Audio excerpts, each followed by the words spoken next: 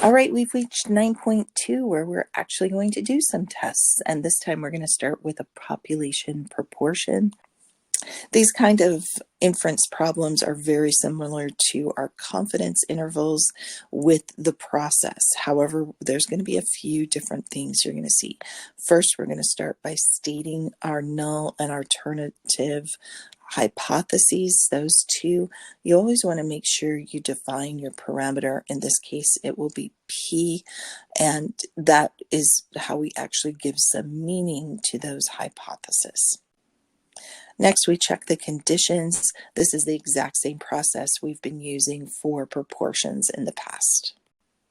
First, we want to check if our sample has come from a simple random sample or some kind of randomization has occurred.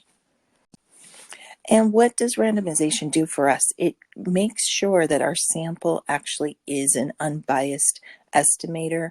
It increases the likelihood that it actually will center around our true parameter. So next is our independence check. Sometimes this is also called the 10% rule. 10 times our sample size is always less than or equal to the population of the parameter. This rule is what allows us to predict the standard deviation. We can't use our standard deviation formulas if we don't show independence. And finally, our normal check for proportions is that n times p is greater than or equal to 10, and n times 1 minus p is greater than or equal to 10.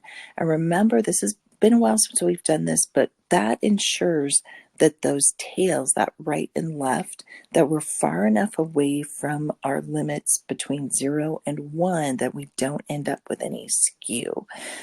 So this actually, it's only the third check that actually makes sure you have a normal approximation.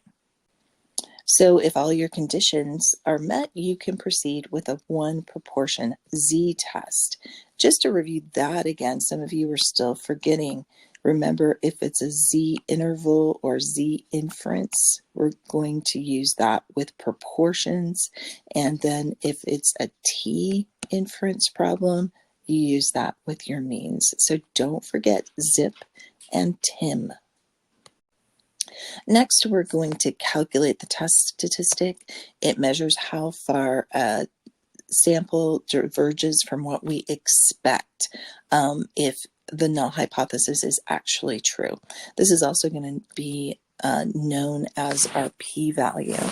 So for proportions, we can see this looks a lot like a z-score, the statistic minus the parameter divided by the standard deviation of the statistic.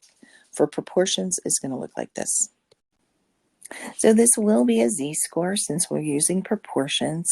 We can see we've got our p-hat, our proportion from our sample, minus our hypothesis, our parameter proportion, divided by the standard deviation of the proportion. Now you're going to be calculating that. And notice this is p and not p-hat. That's a common mistake students will make, and 9 times out of 10, I might make it as well too. We've gotten so used to confidence intervals where we have to predict our null hypothesis, so we're not doing p-hat this time. You use the p from the null hypothesis. To find our p-value, we're either going to use table A or a norm CDF.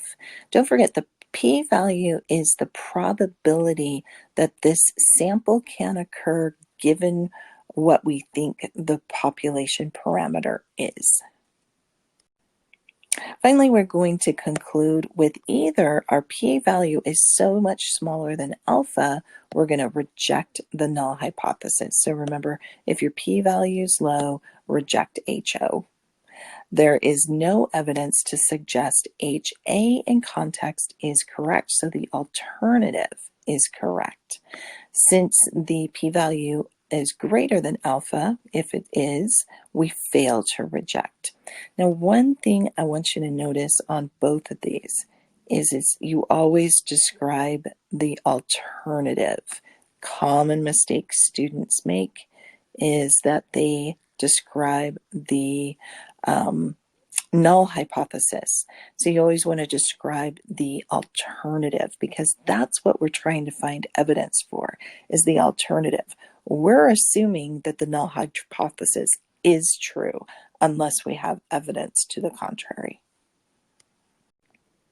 So I'd like you to read through this problem. I'll give you a moment to do that. I've got the problem already worked out here. So I want to be clear that these are not suggested ways to do the problem. This is how I expect you to do these problems.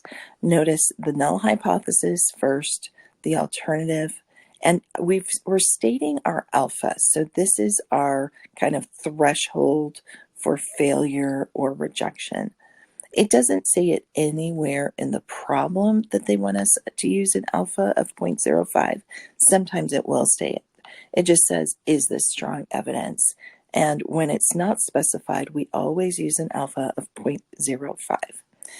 Notice we have defined the parameter of interest here as well. Our checks for our conditions, you can see you're pretty familiar with these by now. Random, we're told it's random, 10% or the independence rule, large counts or the normality check. Okay.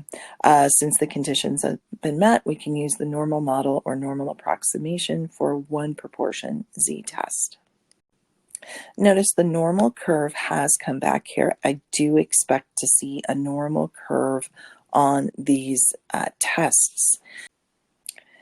Notice there's a z-score over here, but if you are going to be using a norm CDF, you don't need to show the z-score. We've got this probability statement here that is saying, okay, what's the probability that our sample could be 0.94 or greater if our true population is 0.9. This is your p-value. So remember, what we're trying to do is we're trying to see if the p-value is less than alpha. And this is a very exaggerated normal curve, but our alpha was equal to 0.05. So we can see that our p-value in this case is very low. It's much lower than 0.05.